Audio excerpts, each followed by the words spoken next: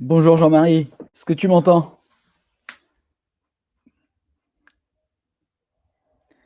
La salle est ouverte.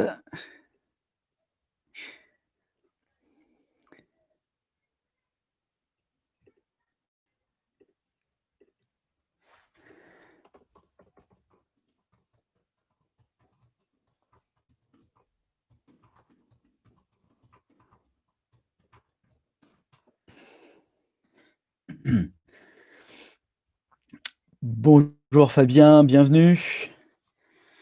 On a ouvert un peu plus tôt la salle, ça nous permettra de faire tous les tests son et vidéo. Bonjour Cindy. Donc Jean-Marie Triolet qui sera l'animateur de ce webinaire cet après-midi. Hop, voilà, qui est en train de tester les slides. Il est bien là, il ne nous manque plus que le son et la vidéo. Bonjour Johnny, bonjour Luigi. Bonjour Sandini, bienvenue. On a un tout petit peu d'avance, hein. On va démarrer dans 5 minutes.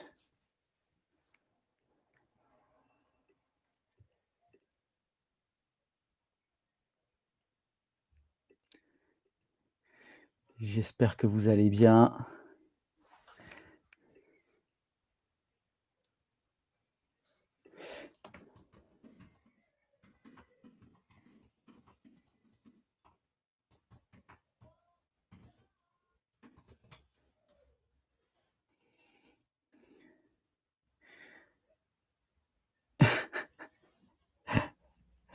Alors, non, on va...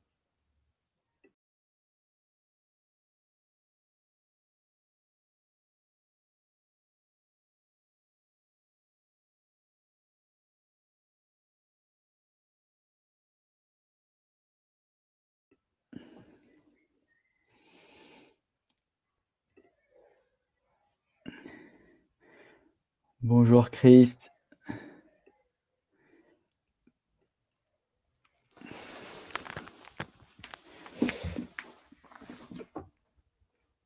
Bonjour Daniel, comment vas-tu? J'espère que tu vas bien.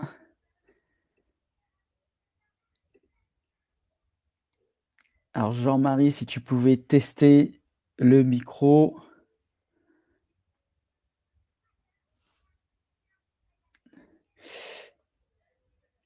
Ça va aussi Daniel, ça va.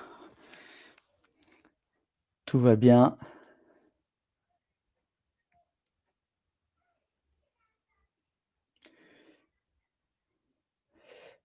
Alors juste Jean-Marie, est-ce que tu peux tester le micro, brancher ton micro, peut-être rafraîchir la page?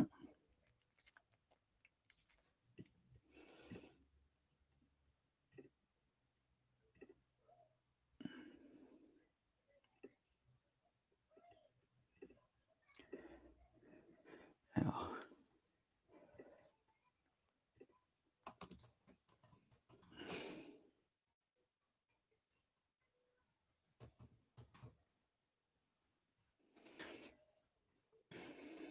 voilà, quelques petits réglages techniques avant de démarrer.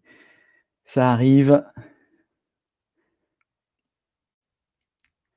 Alors Cindy, vous ne voyez pas en vidéo, est-ce que c'est normal? C'est-à-dire, est-ce que vous me voyez ou pas? Si vous ne me voyez pas, Cindy, ce n'est pas normal. Est-ce que vous m'entendez, Cindy? Bonjour Gilles.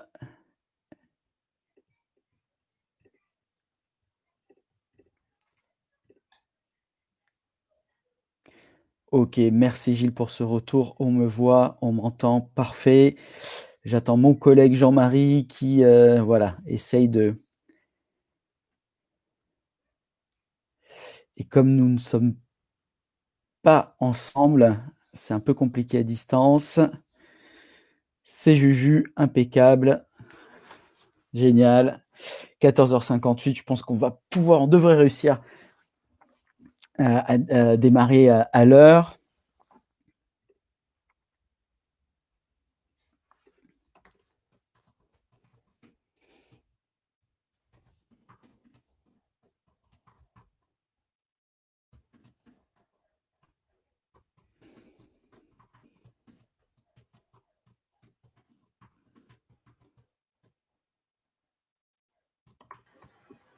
Ah, j'ai du son. Du son, tu as l'image? Ah, parfait, parfait. On peut souffler maintenant. Je l'ai annoncé, hein, je pense qu'on va pouvoir démarrer à l'heure et c'est le cas. Bravo, Oui. bravo. C'est génial. Comment vas-tu? Hello Ça va et Rachid. toi? Ça va. Ça commence. Bon, bah, c'est parfait. Sidi qui dit je vous vois et vous entends, mais je ne sais pas si vous voyez, vous m'entendez. Alors, Sidi, non. Nous, Jean-Marie, que vous voyez certainement, vous entendez, et moi-même, euh, nous, on va interagir via chat, c'est-à-dire que nous, on n'a pas la possibilité de vous voir ni de vous entendre. Donc, si vous avez des remarques, des questions, il faudra utiliser le chat. Bonjour Corinne, son et image, ok, super. Bonjour Guillaume, bienvenue. Bon, bah, ça a l'air pas mal du tout. Voilà, il est 15 heures. Ce que je propose, on va peut-être se donner 1 ou 2 minutes de plus.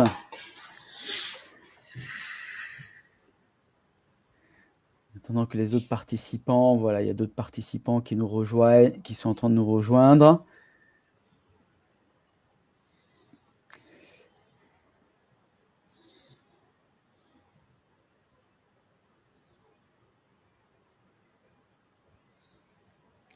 Hop. Nous sommes à combien de participants? Pour l'instant, 18. Et il y avait 104 inscrits. D'accord. 104 inscrits. Je pense qu'au fur et à mesure, ça va se connecter, sachant qu'on a, voilà, on va voir sur le début de la présentation à peu près 3 minutes, 3-4 minutes, voilà, Oui. qui ne va pas vraiment correspondre au cœur du sujet, mais voilà, donc ça laissera un peu plus de temps aux autres. 19 participants, 15h01. Bon, ce que je propose, Jean-Marie, c'est qu'on démarre la présentation. Ok, allons-y. Parfait. Et donc, bonjour à toutes et à tous. Bienvenue à ce webinaire sur la thématique de restaurateur. Rassurez vos clients, assurez vos profits. Et je suis très heureux aujourd'hui d'être en compagnie de Jean-Marie Triolet. Bonjour Jean-Marie, bienvenue. Bonjour Jean-Michel. Merci d'avoir accepté Merci. voilà, cette invitation. Alors, tout d'abord, avant de démarrer, ce webinaire, il est enregistré, donc vous pourrez avoir accès à la vidéo et au support qui va vous être présenté. Le sommaire, en 6 points, un petit mot de bienvenue à l'ADI, une introduction, voilà, une présentation bien évidemment de Jean-Marie. Nous verrons sur 4 points, notamment la question d'hygiène en restauration, un enjeu vital, notamment en cette période de déconfinement et de réouverture des établissements du secteur de la restauration. Une question de communication très importante pour pouvoir rassurer ses clients. Nous allons aussi aborder, mais je pense assez rapidement, 3 dispositifs, Alim Confiance, le PMS et le GBPH. J'adore les acronymes. Ça fait un peu savant, donc on vous en dira un peu plus loin. Et puis aussi un point sur comment se former, bien évidemment, pour celles et ceux qui souhaitent soit démarrer une activité dans le secteur de la restauration ou qui sont déjà en activité et qui auraient besoin un peu de renforcer, enfin de rafraîchir leurs connaissances en ce qui concerne les questions d'hygiène et des mesures sanitaires. Voilà, alors je me permets pour démarrer une introduction. Sur cette introduction, un petit mot de bienvenue à l'ADI. Donc soyez les bienvenus. L'ADI, c'est l'Association pour le droit à l'initiative économique. L'ADI se positionne avec les porteurs de projets en création-développement en tant que partenaire du projet professionnel et au service de la réussite de ce projet. C'est une association qui a plus de 30 ans d'expérience et en ces 30 années d'expérience, ce furent plus de 140 000 entreprises qui ont été accompagnées et financées. Alors l'ADI, c'est un réseau présent partout en France métropolitaine, mais également dans les départements et communautés d'outre-mer. Donc nous sommes présents à La Réunion, Mayotte, Martinique, Guadeloupe, Guyane, Nouvelle-Calédonie en Polynésie française. Au passage, je salue nos collègues de Mayotte et de Guyane qui sont encore, eux, confinés. Vous retrouvez dans ce réseau 1300 bénévoles, tous des spécialistes de la création, du développement d'entreprises et plus de 500 permanents, donc présents partout en France. Alors, qu'est-ce que nous proposons à l'ADI? bien évidemment des webinars, mais également du conseil, de l'accompagnement, de la formation, des solutions de financement, également des solutions d'assurance pour vous et votre projet. Alors, Gilles Masson, alors peut-être avant de passer sur Juju et Gilles Masson. Alors, Juju, vous dites valable aussi pour les commerces alimentaires. On peut dire que oui. Absolument. On peut dire que oui. Et donc, et pour les activités culinaires également, Gilles. Certainement. Et donc, je me permets sur cette slide-là, oh, pardon, c'est plutôt l'introduction, c'est bien ça. Sur ce que j'évoquais à l'instant, hein, le pays se déconfine, alors se déconfine entre guillemets parce que c'est pas le mot n'existe pas en tant que tel, et les restaurants, alors quand on parle de restaurants, on prend au sens large, c'est la restauration traditionnelle, mais également tout ce qui peut être vente à emporter, les food trucks réouvrent progressivement. Il y a une responsabilité de chacun, donc de rester prudent et de respecter les mesures d'hygiène. Donc, comme vous le savez, notamment, il y a la question de la distanciation physique, mais également d'autres mesures sur le nettoyage des tables. Voilà, je ne vais pas vous parler de toutes les mesures d'hygiène, notamment parce qu'on va les aborder un peu plus loin dans les autres diapos. Et il faudra très probablement s'attendre à ce qu'il y ait plus de contrôle. C'est-à-dire que dans cette phase de reprise d'activité pour le secteur de la restauration, il faudra s'attendre, en plus on rentre en période estivale, beaucoup plus de contrôles et probablement des contrôles qui seront avec une tolérance autre que celle qui pouvait peut-être exister auparavant. Je dis bien peut-être exister, voilà, et donc qui vont être plus fréquents, plus poussés. Voilà, et donc après ce Covid, le restaurant ou le point de vente, il devait être à la pointe de l'hygiène. Alors, on a mis on fait la comparaison avec un bloc opératoire, parce qu'il faudra rassurer le consommateur pour démontrer l'exigence, d'accord, des règles d'hygiène, et que notamment les attentes vont dépasser le simple besoin de réassurance. L'enjeu de l'hygiène, il est connecté à la survie de l'établissement. Voilà ce que je souhaitais vous dire. On souhaitait vous dire. Je me suis permis de prendre la parole sur cette diapositive. Je ne sais pas, Jean-Marie, si tu souhaites, sur cette partie, peut-être compléter. Non, non, à mon avis, c'est tout à fait clair, parce que c'est une chose en plus que tous les restaurateurs ou gérants de métiers de bouche ou même alimentation générale doivent savoir. Et certainement, puisqu'ils ont cet exercice-là, ils savent très bien qu'il y a des règles quelque part draconiennes et drastiques à mettre en place et à respecter pour à la fois garder la clientèle, la fidéliser, et surtout garder son chiffre d'affaires et l'augmenter. Merci. Alors, pour poursuivre, et notamment l'introduction, donc l'intervenant Jean-Marie Triolet. Alors, moi, je ne suis pas du tout un expert des questions, des mesures d'hygiène dans le secteur de la restauration. Et on a souhaité proposer ce webinaire, et Jean-Marie Triolet, qui est un expert du secteur et voilà, bénévole à dit, consultant formateur avec plus de 24 ans d'expérience dans le secteur de la restauration. Alors, entre parenthèses, FNB, c'est le Food and Beverage, voilà, dans ce secteur-là, en France et à l'étranger. 14 ans d'expérience dans le domaine de la formation théorique et pratique, avec notamment une licence de formateur professionnel pour adultes, validée par la Directe, dans l'analyse et la création d'outils pédagogiques nécessaires à l'apprentissage, avec un périmètre d'intervention, hein, Jean-Marie, sur les départements du 64, 65, 40 et 31 en ce qui te concerne. Et qui travaille avec les principaux organismes de formation qui sont UMIH Formation, Rest Evolution, Formax, Edit Info. On vous a mis les liens. À la fin de la présentation, on vous donnera quelques infos sur la question de la formation pour les salariés ou pour les personnes qui sont actuellement en activité. Cindy n'entend plus rien du tout. Comment ? Cindy n'entend plus rien. Cindy, ok, je vais m'occuper. Alors, je vais régler je vais essayer de régler le petit souci technique que rencontre Cindy. Et ce que je te propose, Jean-Marie, c'est je te laisse la main notamment pour la suite. Très bien, entendu, merci beaucoup. Bon, nous allons commencer. Je vais commencer déjà par revenir rapidement sur mon expérience. Elle a commencé dans un premier temps comme simple plongeur. Après mon DEL de gestion hôtelière, simple plongeur, et je gravis les échelons jusqu'au bout. Ce qui fait que lorsque je parle en tant que formateur, je parle au sujet de tous les points et tous les postes utiles et nécessaires et présents dans le cadre de la restauration, et aussi en tant que formateur pour tout ce qui est important au niveau des alimentations, des point de vente, alimentation générale et restauration en tant que telle, service à table, à emporter ou alors même traiteur. Donc, il est important de savoir que je suis beaucoup plus un homme de terrain qu'un homme de papier ou un homme de chiffres. Pourquoi nous avons décidé d'appeler ce webinaire Rassurer et fidéliser vos clients, du moins rassurer vos clients et assurer votre profit?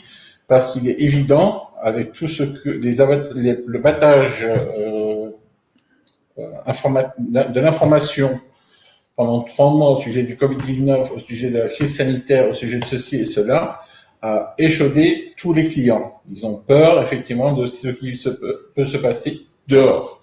Il est donc important de leur montrer que nous, restaurateurs, nous maîtrisons la situation et nous le montrons.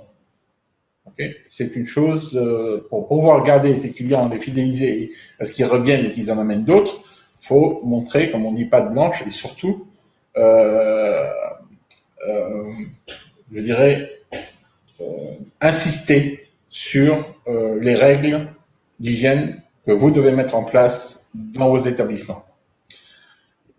Lorsque vous avez commencé à travailler, vous avez suivi une formation en hygiène et sécurité alimentaire. Dans cette formation, vous avez eu un quart de cette formation, on vous a expliqué ce que c'est qu'un plan de maîtrise sanitaire. Nous allons voir ça aussi. Les points qui sont affichés maintenant, il faudra conformer aux évolutions du protocole sanitaire. Vous devez probablement repenser l'ensemble de vos process, les interactions notamment. De nombreux gestes et comportements devront radicalement évoluer. Ou simplement, lorsqu'on dit de nombreux gestes devront radicalement évoluer, il faut toujours insister sur l'hygiène de vos équipes, l'hygiène de votre établissement et la propreté de votre établissement. L'hygiène passe par beaucoup de choses. C'est une norme qui, pour tout restaurateur, est immuable. Nous devons vraiment le voir, le comprendre, l'apprécier. Et ça commence bien entendu par le grand patron. Ensuite, ça découle sur toute l'équipe. Okay? Donc, quand on parle d'hygiène irréprochable, on parle de, la plupart du temps, parce que je suis à la numéro 4, alors. Je suis à la numéro 6. On parle la plupart du temps de la propreté de chaque personne lorsqu'elle est en train, pour le travail et pour le service. Je vais ouvrir mon PowerPoint à moi, un instant. Qui va s'ouvrir. Voilà.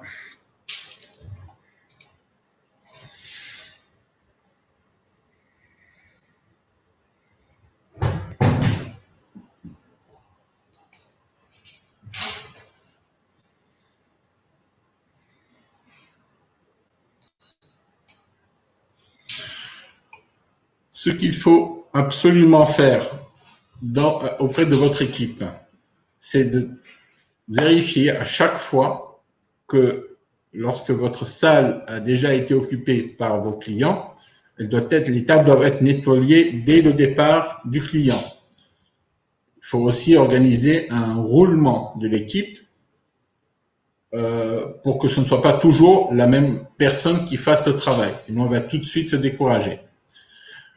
Je pense qu'il serait important que ce soit le manager, le directeur du restaurant, le directeur, le gérant du point de vente qui fasse le plus souvent un tour en salle. Dans un premier temps, il va se voir un petit peu les réflexions, écouter les réflexions et voir un petit peu ce que peuvent dire les clients à ce sujet-là, qu'ils le connaissent ou qu'ils ne le connaissent pas. Il va avoir une vision externe un petit peu éloignée de l'opération pour voir ce qui va, ce qui ne va pas et comment rectifier le tir quand c'est absolument important de rectifier le tir, s'il y a encore peut le faire. Il faut ici aussi qu'il écoute son équipe et comment son équipe peut apporter, entre guillemets, ses conseils par rapport à la gestion du point de vente, que ce soit en matière de cuisine ou que ce soit en matière de salle. Et de temps en temps aussi, voilà, jeter un coup d'œil sur ce que peut faire la concurrence, quelles sont, analyser les idées et les procédures des commerces autour de vous et les adapter à votre opération. C'est-à-dire que si moi j'ai une bonne idée pour mettre en place une distanciation et un affichage et un chemin à penser, passer par ici, sortir par là, il peut y avoir aussi de très bonnes idées ailleurs. On les analyse et on les met en place, on les adapte à l'opération. Quand je parle d'écouter et impliquer mieux son équipe dans cette opération, c'est votre équipe de salle, tout comme votre équipe de cuisine, qui est également en première ligne. Vous l'êtes, mais vous êtes en train de mener le bateau, donc vous ne pouvez pas penser à tout. Il faut aussi les responsabiliser par rapport à leur travail et mettre en place ce qui est nécessaire, qu'ils comprennent que tout doit être propre, bien organisé et le processus doit être fait correctement. Ça prend peut-être un peu plus de temps, mais une fois qu'ils se sont lancés correctement, ça devrait fonctionner très très bien.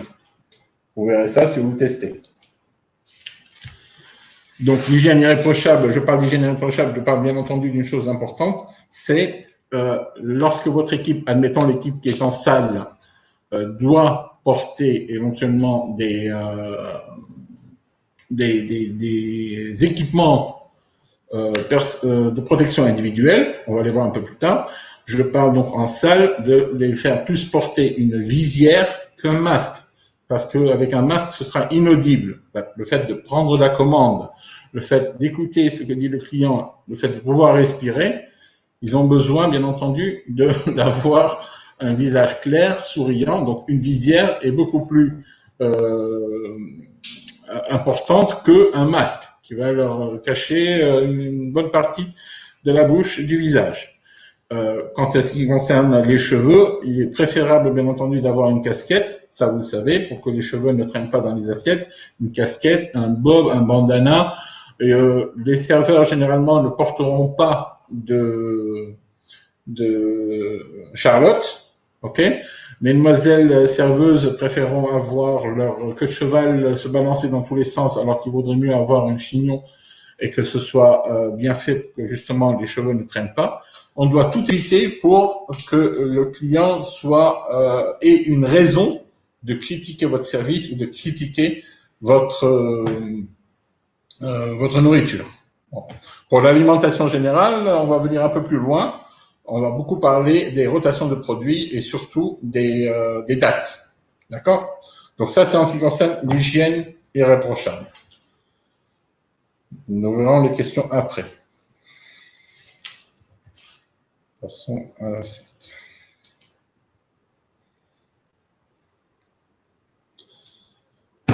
Communiquez sur vos actions pour assurer les consommateurs et vos équipes. Comment nous allons communiquer? Et tout simplement, je dois vous rappeler une chose, c'est que les masques et tous les équipements de protection individuelle liés à la dernière crise sont pris en charge par la CPAM. Donc, vous avez un certain montant, je crois, qui est de 3 ou 4 000, Jean-Michel, corrige-moi si c'est nécessaire, 3 ou 4 000 euros pour justement équiper, 5 000 euros, merci, 5 000 euros pour équiper votre équipe. Ok, donc en fait, sur votre trésorerie, ça va pas coûter grand-chose. Par contre, ce qui pourrait coûter à votre équipe, c'est qu'elle ne maintienne pas correctement ce matériel. Et par conséquent, il faudrait faire attention à ça. Les responsabiliser par rapport à cela. Donc, comme vous pouvez constater ici, on a 5 points sur lesquels vous devez vraiment vous focaliser pour offrir un peu plus, un grand sentiment de sécurité à tous. Placarder des affiches expliquant toutes les procédures mises en place. Donc, comme vous avez pu le constater, distanciation, 1 mètre, ne vous rapprochez pas trop, évitez la bise. Ce sont les clients qui font la bise aux clients, ça va, mais quand les clients font la bise au serveur, on va peut-être éviter. Rappelez à vos clients comment vos salariés la nécessité du lavage des mains. Quand on parle des lavages des mains ou l'utilisation du gel hydroalcoolique, que veut dire EPI? Je vais expliquer ce que veut dire EPI tout à l'heure. EPI, on va l'expliquer tout de suite, c'est équipement de protection individuelle. Voilà. Donc, quand on parle de laver les mains, vos clients qui se lèvent pour aller se laver les mains doivent trouver bien entendu des lavabos et des toilettes propres. Donc, il faut effectivement axer un temps important au nettoyage des sanitaires. Ensuite, adopter les marquages au sol pour orienter les flux et faciliter le parcours de vos clients. Évidemment, lorsque vous allez maintenant dans un supermarché, du genre Carrefour, Auchan, Géant, Leclerc, etc., certains ont mis des flèches pour aller à droite, à gauche et se diriger. Mais bien entendu, personne ne prend cette direction ou suit exactement le sens de la circulation. Dans un restaurant, vous pouvez essayer effectivement de faire la même chose, mais ça ne va pas être si facile que ça. Néanmoins, vous avez l'obligation de l'afficher, mais vous n'allez pas faire la police pour le faire respecter. Donc, il faut que ce soit affiché et que tout le monde puisse le voir. Pensez à l'équipement de vos serveurs, je répète, EPI, équipement de protection individuelle. On parle ici de visière, pour qu'on puisse voir le visage souriant du serveur, qu'on puisse l'entendre parler également. La casquette, le bob, le bandana, quelque chose qui va couvrir la tête, bien entendu, si les chauves, c'est pas vraiment nécessaire, mais qui va couvrir la tête pour éviter que ses cheveux n'aillent voyager dans les assiettes des clients. Okay. Et en cuisine, c'est pareil. C'est vrai qu'ils vont avoir chaud, mais il est encore beaucoup plus facile de travailler avec des visières en cuisine que de travailler avec des masques. Parce que la chaleur, tout le monde le sait, à côté des fourneaux, il fait pas froid, il fait chaud. Remplacer les menus en papier. Ah non, avant d'arriver là, il y a une chose importante aussi à mettre pour tous ceux qui font du service à table. Il faut toujours, et maintenant, bien entendu, penser au lavage des équipements que vous mettez à table. Ça veut dire quoi? C'est-à-dire, les outils que vous mettez à table, c'est les panières de pain, les carafes d'eau, les salières, les poivrières. Donc, évitez le pain coupé et mis dans une panière. Privilégiez, si c'est possible pour vous, de mettre les morceaux de pain dans une sorte de sachet où chaque client pourrait avoir sa panière si vous en avez suffisamment. Les carafes d'eau doivent être régulièrement lavées, donc prévoir une rotation des carafes d'eau entre celles qui sont propres et celles qui sont sales. Celles qui ont été touchées par les clients qui ne se sont pas lavé les mains et celles qui ne le sont pas. Les carafes d'eau, les panières de pain, les salières et poivrières sont des relais de virus qui passent de main en main. D'accord? En ce qui concerne les couverts, pour ceux qui utilisent des couverts en inox et qui les mettent directement à table, à l'arrivée du client, il vaut mieux les privilégier, les envelopper dans des serviettes en papier et surtout envelopper le haut des couverts, c'est-à-dire le haut de la fourchette, le haut de la cuillère, le haut du couteau, tout ce qui va aller à la bouche. Le couteau ne va généralement pas à la bouche, quoique de temps en temps on voit ça. Tout ce qui va à la bouche devrait être couvert, comme ça. Si quelqu'un passe à côté, tous éternue ou quoi que ce soit, ben, les couverts ne sont pas eux-mêmes contaminés. On ne sait jamais. Okay. Lorsque le service est terminé, ou même avant que le service ne soit commencé, et que les couverts ont été lavés et nettoyés, et propres et désinfectés, privilégiez de les mettre dans le rack à couverts et surtout d'envelopper le rack à couverts par du film alimentaire. Comme ça évite que la poussière ou quoi que ce soit ne tombe sur les couverts quand ils sont à l'air libre ou quand ils sont dans un tiroir. Chose importante, c'est de protéger ça. Un point aussi très important, que ce soit en salle, en cuisine ou au bar, d'accord, il y a une maintenance des systèmes d'aération qui doit être faite avant la grande ouverture, si c'est déjà ouvert. Donc, il faut absolument faire ça avant les grandes chaleurs, surtout quand il concerne les climatiseurs. Il faut que je dirais, les poussières, les saletés qui sont dans vos climatiseurs, dans les VMC, dans les systèmes d'aération, dans les extracteurs, soient absolument évacuées, que ce soit bien nettoyé et bien assaini.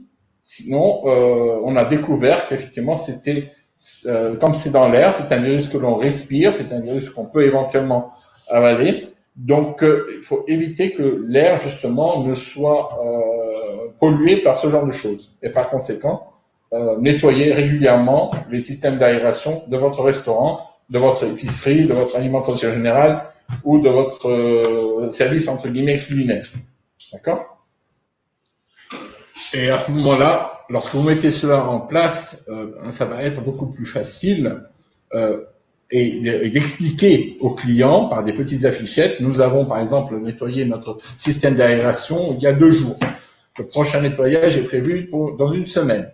À partir du moment où vous êtes en train de communiquer sur votre action vis-à-vis de maintenir l'hygiène au plus haut niveau et la propreté au plus haut niveau dans votre restaurant et que cela se voit, les clients gagnent de plus en plus confiance et bien entendu, ils en parlent autour d'eux et puis ils viennent voir.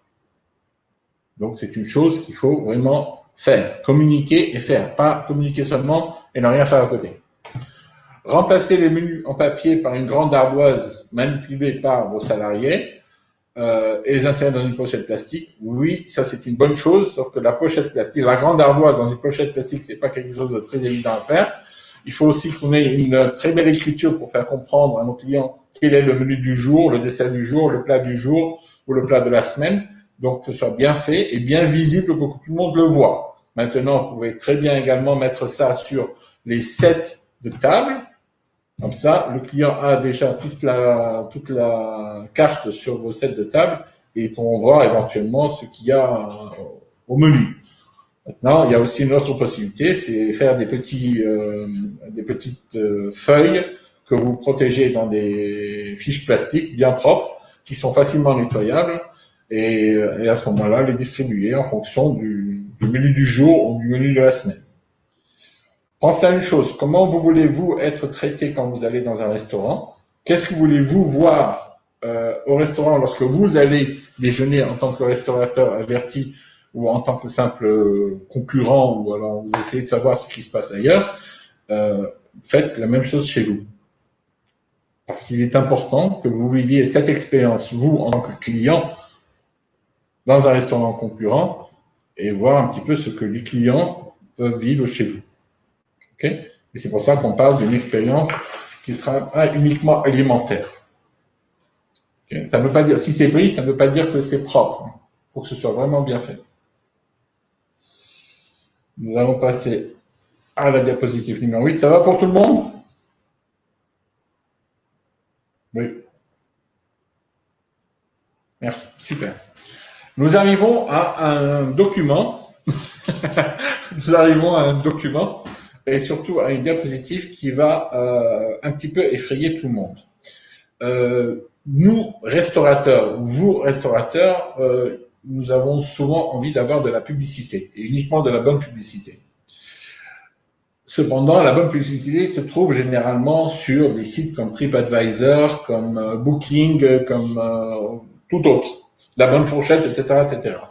Mais également, il y a ce qu'on appelle un site qui a été mis en place par le gouvernement, qui s'appelle Alim Confiance. Là, aucun restaurateur ne pense à aller voir s'il a été bien noté ou pas bien noté. La plupart du temps, on regarde sur TripAdvisor si c'est bon ou si c'est pas bon, si on a des soucis ou si on n'a pas de soucis.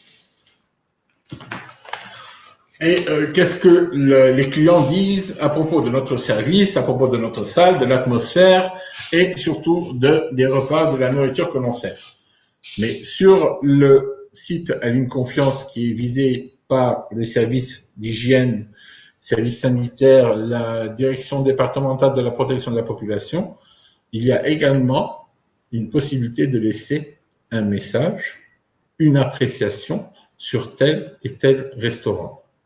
Et à partir du moment Et même telle et telle alimentation générale, bien entendu, ça pose aucun problème. Et à partir du moment, c'est valable aussi pour les DOM et les COM, absolument partout. Et à partir du moment où les services sanitaires reçoivent une alerte trop fréquente sur un point de vente, une petite enquête est déclenchée. C'est-à-dire qu'ils vont commencer par savoir se présenter là-bas en tant que simple individu pour voir effectivement si les commentaires sont justifiés ou pas. Ils vont chercher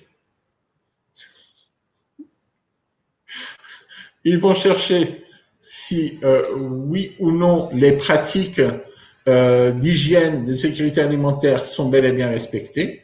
Ils vont poser des questions autour, ils vont écouter les commentaires qu'on a autour et dans le cas où les plaintes commencent à être beaucoup plus nombreuses, ils vont déclencher des contrôles. Et vous savez bien que lorsqu'ils commencent à contrôler, généralement, ils ont déjà eu des retombées négatives, ils ont déjà fait leur enquête, ils ont laissé un certain temps pour que ça se redresse, ça n'a pas fonctionné, les contrôles commencent à pleuvoir. Et là, ils commencent par contrôler tous les documents uniques que tout établissement de restauration doit avoir et mettre à jour régulièrement. Bien entendu, ils vont aussi contrôler les employés, ils vont contrôler la marchandise, ils vont contrôler la propreté de vos cuisines, la propreté de votre salle, absolument tout. Donc, Alim Confiance va déclencher une sorte de contrôle, une alerte, pardon, il va déclencher une alerte, et si cette alerte devient de plus en plus grandissante, entre pas satisfait ou satisfait, moins satisfait, et ça commence déjà à faire un peu trop long, et ils arrivent et ils commencent à faire une petite visite. C'est ce qu'on appelle entre guillemets la présence des clients mystères, et après les clients mystères, nous avons des clients qui sont moins mystérieux parce qu'on les reconnaît, ils présentent leur petite carte, leur blouse, leur charlotte, et ils commencent à faire des tests. Okay. Donc, Alim Confiance, vous pouvez vous-même vérifier sur votre restaurant s'il a été ou pas été encore déclaré ou signalé, mais de temps en temps, c'est bien d'y jeter un coup d'œil. Ça ne veut pas dire que vous devez y jeter un coup d'œil tous les jours, mais dès que vous avez entendu ou dès que vous sentez que sur TripAdvisor, il y a des choses qui ne se passent pas correctement au sujet de votre établissement, allez jeter un coup d'œil sur Alim Confiance. Généralement, ce n'est pas loin non plus. OK? Ça va pour l'instant? Oui, d'accord, ça va. Le plan de maîtrise sanitaire. Alors ça, c'est une chose que vous avez déjà entendue. C'est le PMS. Le plan de maîtrise sanitaire, vous savez très bien que c'est un tableau. En fait, nous, restaurateurs, ou vous, restaurateurs, patrons, gérants, même dans l'alimentation générale, vous devez mettre en place un planning de nettoyage. Ce planning de nettoyage, il est important qu'il soit affiché pour que vos équipes, quel qu'il soit, d'accord, que votre équipe fasse le travail. Une tâche facile, une tâche rapide, mais une tâche qui doit être faite, c'est-à-dire un nettoyage. Et on commence toujours le nettoyage de haut en bas. Pourquoi? Parce que la poussière, généralement, tombe, elle ne remonte pas. Donc, il faut mettre en place ce plan de maîtrise sanitaire et le suivre. Et quand il est affiché et qu'il est suivi, c'est une sorte de sacerdoce. Les personnes, votre équipe doivent suivre cette procédure tous les jours pour éviter les dangers biologiques, physiques et chimiques. Nous allons passer sur le nombre de dangers biologiques, physiques et chimiques, et maintenez-vous sur le plan de maîtrise sanitaire. Comme on dit, il comprend des éléments nécessaires, mise en place, exigences suivantes par des procédures, ainsi que des preuves de l'application de ces mêmes procédures. C'est quoi les preuves? Oui, j'ai fait ce nettoyage. D'accord. Est-ce que c'est propre? Oui, c'est propre. Très bien. On enregistre ça et on vérifie. Les bonnes pratiques d'hygiène, l'instruction relative à l'hygiène, incluant les prérequis, plan de nettoyage, désinfection, plan de lutte contre les nuisibles. Vous savez très bien que ça fait partie également de vos documents uniques. Ce sont des rapports qui doivent être mis à jour, des documents qui doivent être mis à jour régulièrement. Vous devez avoir un contrat avec une société de thératisation et de lutte contre les nuisibles pour votre établissement de restaurant. Il est obligatoire. D'accord? Il en est de même pour tout ce qui est traiteur, tout ce qui est cuisine volante. Food truck doit être régulièrement nettoyé. Vous passez par des endroits où il n'y a que de la poussière, vous passez à côté de chantiers, ça doit être régulièrement nettoyé. Vous devez faire très attention à ce qu'il n'y ait pas de nuisibles. C'est quoi le nuisible dans un food truck? Certes, vous n'allez pas trouver un rat ou une souris, alors c'est qu'il est vraiment ouvert, mais des cafards, des mouches, des moustiques, on peut pas les éviter. On peut pas les éviter, mais quand c'est propre, ils ne viennent pas, ils ne s'installent pas, ils ne restent pas. D'accord? Quand une cuisine, quand les murs d'une cuisine sont troués, quand j'ai fait un trou, l'étagère ne tient plus, je retire l'étagère, mais je garde le trou. Merci, j'ai laissé un nid supplémentaire à un cafard, une blatte, à quoi que ce soit. Et là, bien entendu, ils s'installent et ils y restent. Okay? Donc, il faut faire très attention à ça.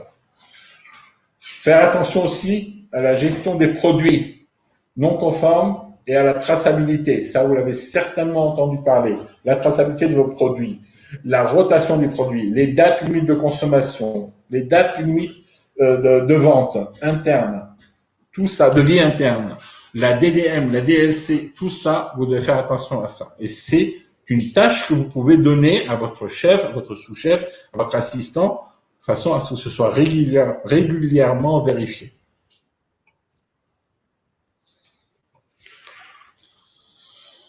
Le guide des bonnes pratiques d'hygiène alimentaire est un outil de travail, une mine d'informations. Pour être une mine, c'est une mine d'informations.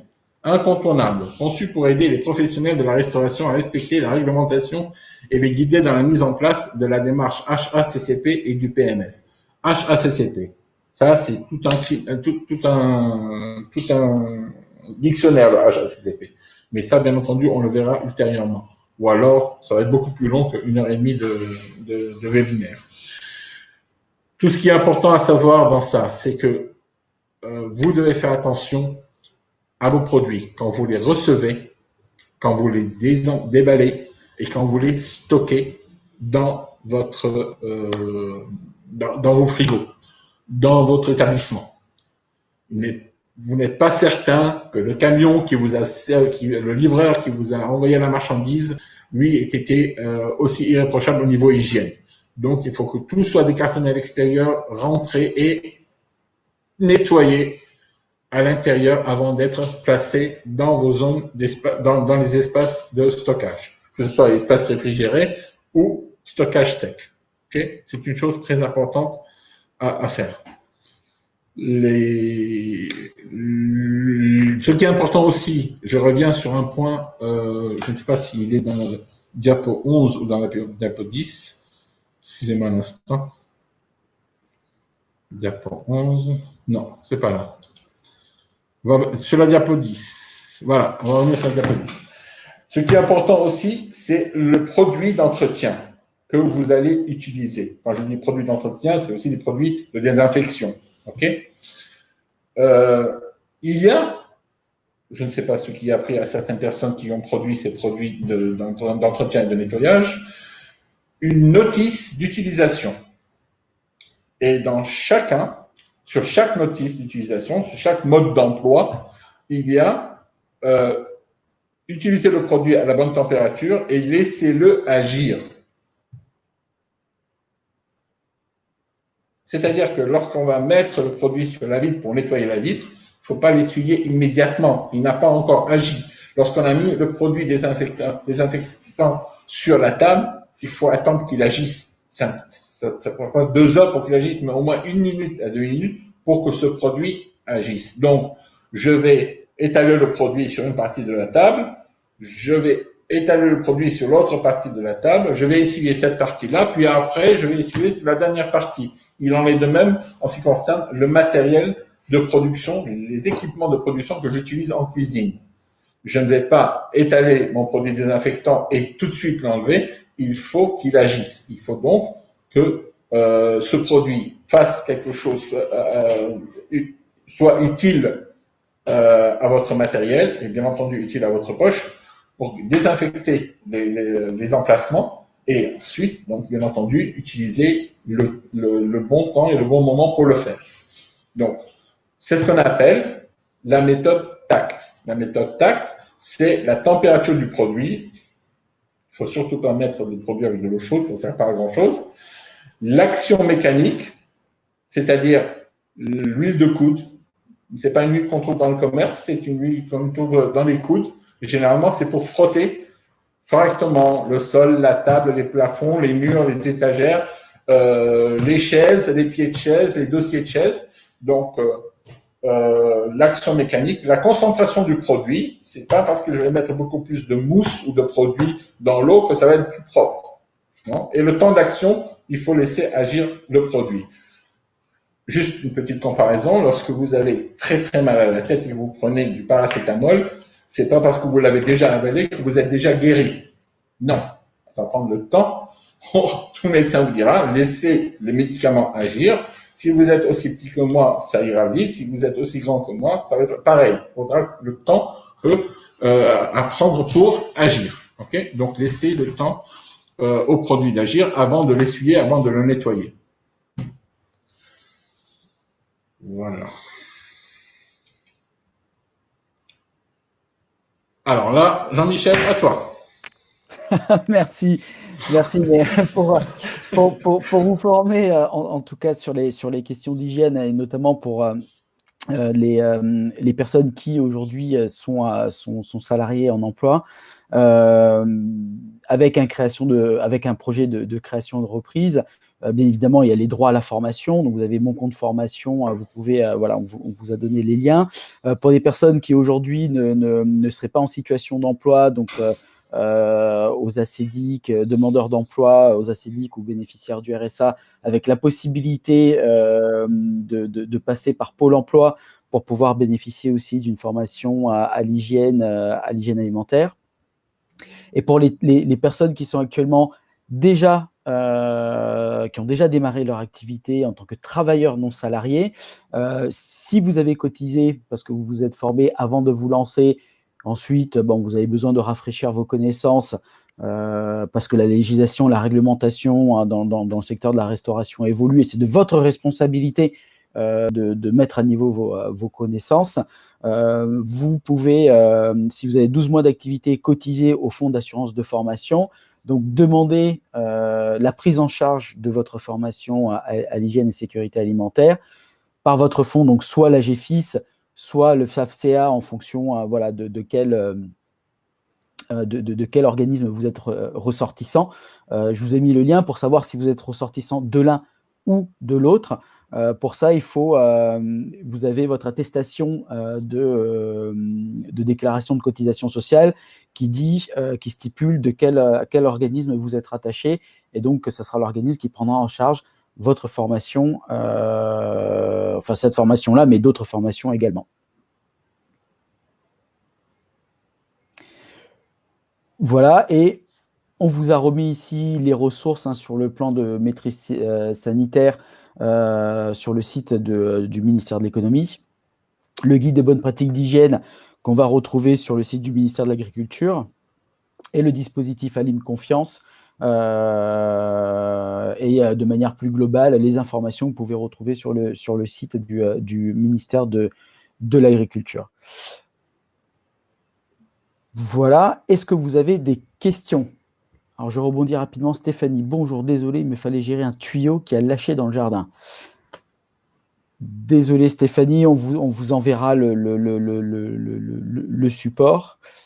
Alors, Jean-Marie, Luigi pose une question, pardon. En tant que traiteur à domicile, quelles sont les nouvelles dispositions ? Alors, Luigi, les dispositions pour les traiteurs à domicile sont beaucoup plus drastiques que les dispositions pour les restaurants en place. Pourquoi ? Parce que vous savez très bien que lorsque vous préparez votre cuisine chez vous ou dans un laboratoire, le transport de la marchandise, le transport du produit cuisiné entre votre laboratoire et l'emplacement de votre client est réglementé par l'utilisation de glacières ou alors de boîtes conservatrice de chaleur, de façon à ce que la température ne joue pas. Donc, si vous faites une cuisson à plus de 65 degrés, ça doit être maintenu à 65 degrés. Et si vous cuisez, si vous faites la cuisson chez vos clients, à ce moment-là, vous êtes censé nettoyer le plan de travail et le matériel de vos clients avant de l'utiliser. Parce qu'eux, ils ne diront jamais que leur matériel était propre et c'est vous qui l'avez sali, ou que c'est votre cuisine qui ne leur a pas plu. Donc, faites en sorte de trouver, d'organiser, de planifier une heure de nettoyage avant de commencer à travailler chez vos clients.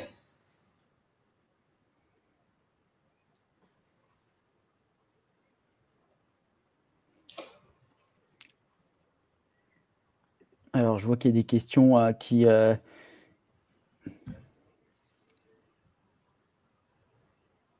arrivent. Et donc, du coup, lorsqu'on va chez le client, est-ce qu'on peut lui demander aussi de réserver un espace dans le frigo pour stocker de la marchandise, de préparer un espace dans le frigo, ou est-ce qu'on garde dans son propre matériel? Non, non, non. Si on a la possibilité généralement d'avoir son propre matériel du genre glaciaire, choses comme ça, ce serait bien de le garder dedans, mais prévenir le client que vous allez avoir besoin d'espace, de stockage dans l'espace réfrigéré pour faire descendre une température, pour stocker les plateaux qu'il aura déjà préparés, que vous auriez déjà préparés avant de les servir. Il est bien évident que vous avez besoin d'espace. Donc, votre client doit vous laisser de l'espace pour faire cela. Ok. Et donc, Gilles pose une question concernant les process. Est-ce qu'il y a des nouveaux process pour la désinfection des couteaux? Gilles, est-ce que ce sont des couteaux à usage de production ou des couteaux à usage de repas Alors, pour la visiblement, découpe du jambon? c'est de production, ouais. D'accord. Alors, c'est très simple. Pour un couteau de production, lorsque vous l'avez désinfecté, il est évident qu'il ne va pas retourner accroché sur le rack aimanté ou aller dans un tiroir qui est déjà sale. Il est préconisé et conseillé, une fois que euh, vous avez nettoyé et désinfecté tous les outils, je dis bien tous les outils utilisés pour la désinfection, de les mettre, et que vous n'allez pas les utiliser après, de les mettre dans un conteneur, dans un gastro et les mettre au frigo. À une température de 5 degrés, généralement, les bactéries ne sont pas très actives en dessous de 5 degrés. Donc, pour le nettoyage de ces couteaux-là, même quand vous les aiguisez, il faut les nettoyer. Une fois qu'elles sont nettoyées et qu'ils ne vont plus être utilisées, rangez-les dans votre frigo, dans un gastro, tout simplement bien fermé, et dans le frigo. Comme ça, vous n'aurez pas à le refaire. Pour le nettoyage, vous pouvez utiliser du vinaigre blanc. Voilà, tout simplement, et bien rincer votre couteau après. Vous pouvez utiliser aussi du bicarbonate alimentaire. Le vinaigre blanc, le bicarbonate alimentaire, c'est ce que vous utilisez pour nettoyer vos légumes avant de les travailler. Et vous pouvez après utiliser la même solution pour tremper vos couteaux, les sécher à l'air libre ou alors les envelopper dans un papier à usage unique et mettre ça au frigo. Donc, une fois le couteau de production nettoyé, le garder au frigo. Oui, tout simplement, parce que vous D'accord. voyez, au frigo, c'est d'ailleurs ça, dans ce qui est intéressant dans le jeu des températures, les bactéries et aussi le virus, ils font la fête dès que la température ambiante est entre 6 degrés et 64 degrés. Et 64 degrés. Et là, par contre, c'est la fête. Hein. Au-delà, entre 10 et 63, ils font du disco, du bowling, machin, etc. Ils sont dans tous les sens. Donc, et puis ils grandissent, ils poussent très très vite. Hein. Ce sont des mauvaises herbes, mais ça pousse très très vite. Quand c'est à 5 degrés, quand c'est au-delà de 63 degrés, vous n'avez pas beaucoup de fours qui vont rester allumés au-delà de 63 degrés. Quand c'est à moins de 5 degrés, dans un frigo bien fermé, il y a vraiment pas de risque à avoir avec ça. Vos aliments sont en bon état et par conséquent vos outils aussi. Le vinaigre, à quel degré? Froid. Froid. Il n'est pas nécessaire de le chauffer. Non, mais je crois que si je me trompe pas, je me permets, Christ, peut-être de reformuler. C'est parce que dans le commerce, on trouve du vinaigre blanc, tu sais, à 8%. Oui, ah oui, oui, Voilà, pardon, c'est oui, oui, ça. oui, oui, oui, oui, oui, oui, le vinaigre blanc simplement, que vous achetez chez Leader, chez Carrefour, machin, en bidon, etc. Bah, c'est pas Ok. celui que vous allez utiliser pour vos salades, de toute façon. Parce je crois qu'il y a dans le commerce, on trouve des vinaigres blancs maintenant à 12 ou 14%, qu'ils appellent ça du vinaigre, du vinaigre de nettoyage domestique. Enfin, je sais pas, ils ont inventé. Oui, oui, oui, oui, D'accord. oui. Ça, Ok. c'est à propos de nettoyage domestique et à propos des sociétés qui vont vous vendre des produits d'entretien et de désinfection spéciales Covid-19. C'est de la pub, hein. Et ils n'ont rien rajouté de plus.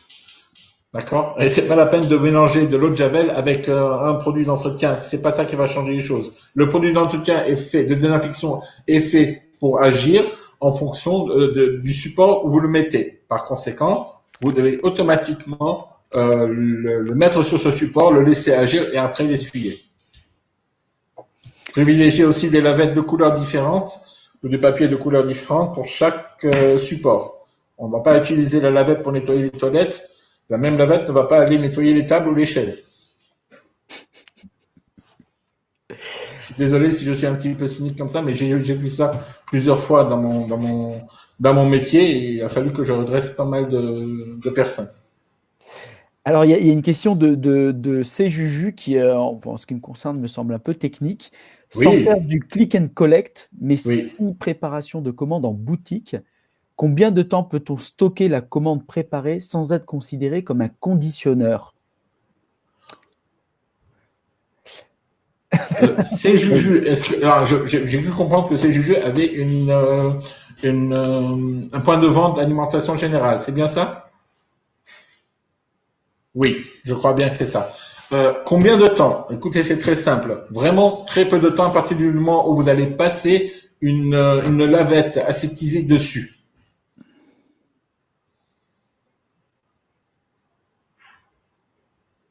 Oui, d'accord. Épicerie vrac, est-ce que vous vendez de la nourriture dans l'épicerie vrac? Est-ce que vous vendez des sodas, par exemple? Est-ce que vous avez un frigo, vous avez mis des sodas comme le Pepsi, le Coca, machin, etc. Si c'est le cas, il faut bien entendu nettoyer ça. Il faut nettoyer ça avant de les mettre au frigo et surtout penser à la rotation du produit.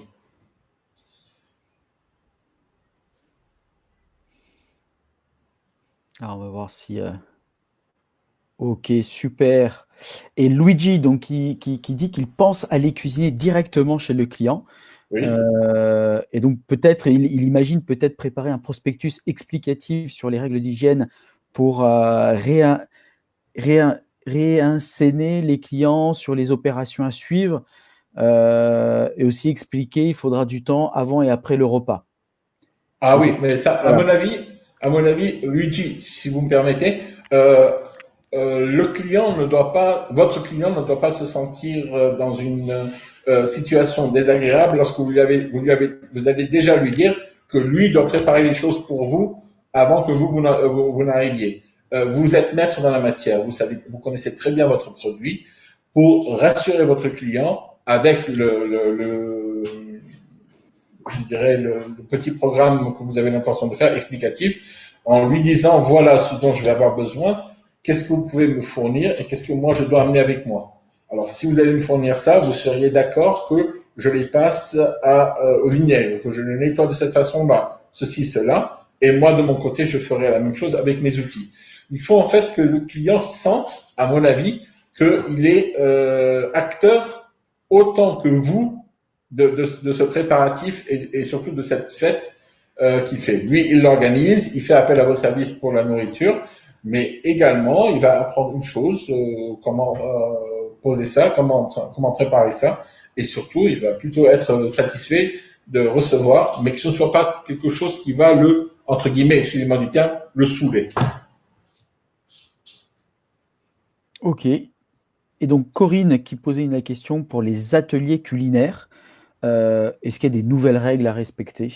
Oui, absolument. Et ce sont les règles de distanciation. Alors, les ateliers culinaires peuvent être de différentes tailles. Si vous avez de quoi une zone de production suffisamment grande, il faut justement étaler cette zone de production. Donc, quand vous avez un certain nombre de personnes qui vont venir apprendre à faire la cuisine chez vous, il faut aussi, bien entendu, les aider, du moins les prévenir que ils vont faire partie aussi de la tâche du nettoyage.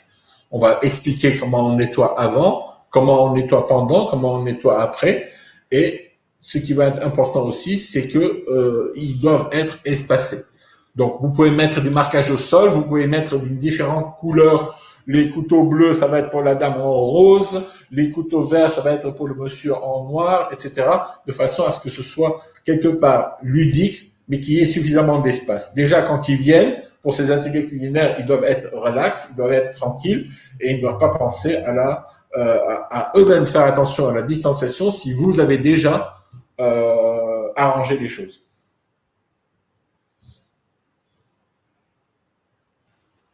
Super. Ah ben j'apprends aussi, hein. Je suis pas du métier, mais j'apprends. J'espère que je suis pas trop direct et trop cassant avec certaines personnes. Mais... Non, il faut pas, les choses doivent être dites comme elles sont et Oui, pas de langue de bois. c'est ça, c'est ça. Alors, c'est Juju qui nous prépare une petite question. Oui. Non, c'est plutôt des remerciements. Et donc, merci beaucoup, c'est Juju, pour ce message. Y a-t-il d'autres questions de la part des personnes qui sont présentes là aujourd'hui? N'hésitez pas à les poser. Pour celles et ceux qui ne connaissent pas encore l'ADI, donc l'ADI près de chez vous, vous avez la possibilité donc, voilà, de contacter l'ADI, notamment sur notre site internet www.adi.org et par téléphone, notre numéro cristal au 0969 328 110. Donc, c'est une plateforme téléphonique qui est accessible du lundi au vendredi de 8h à 18h. L'appel est non surtaxé. Et vous avez également sur notre site plus de 60 fiches pratiques, énormément de ressources gratuites et téléchargeables. N'hésitez pas à visiter le site et à vous inscrire à notre newsletter. Un point important pour tous ceux qui ont des points de vente d'alimentation générale. Rappelez-vous que pour les sodas que vous vendez le plus, du genre Coca, Pepsi, Fanta, machin, etc., les Coke Zéro et tout ce qui est sans sucre ont une date d'expiration inférieure à ceux qui le sont avec. Et lorsqu'il y a un contrôle d'hygiène et sanitaire, la première chose qu'ils vont regarder, ce sont les dates limites de consommation de vos produits. Donc, pensez bien à la rotation du produit. Pour ceux qui travaillent aussi qui cuisinent chez leurs clients, faites attention aux produits qu'ils vous demandent de travailler. Regardez bien la date, quand est-ce que ça a été ouvert, quand est-ce que ça va expirer et dans quel état le produit est. Si c'est du magret de canard qui a été acheté hier à bon prix et qui va expirer le lendemain, peut-être éviter de donner ça parce que c'est votre responsabilité à vous qui va être mise en cause.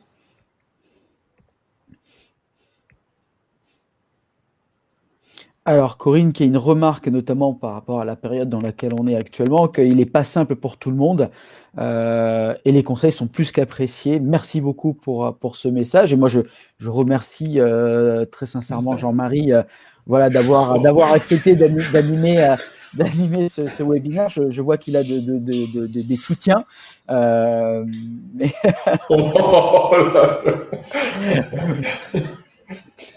je rougis.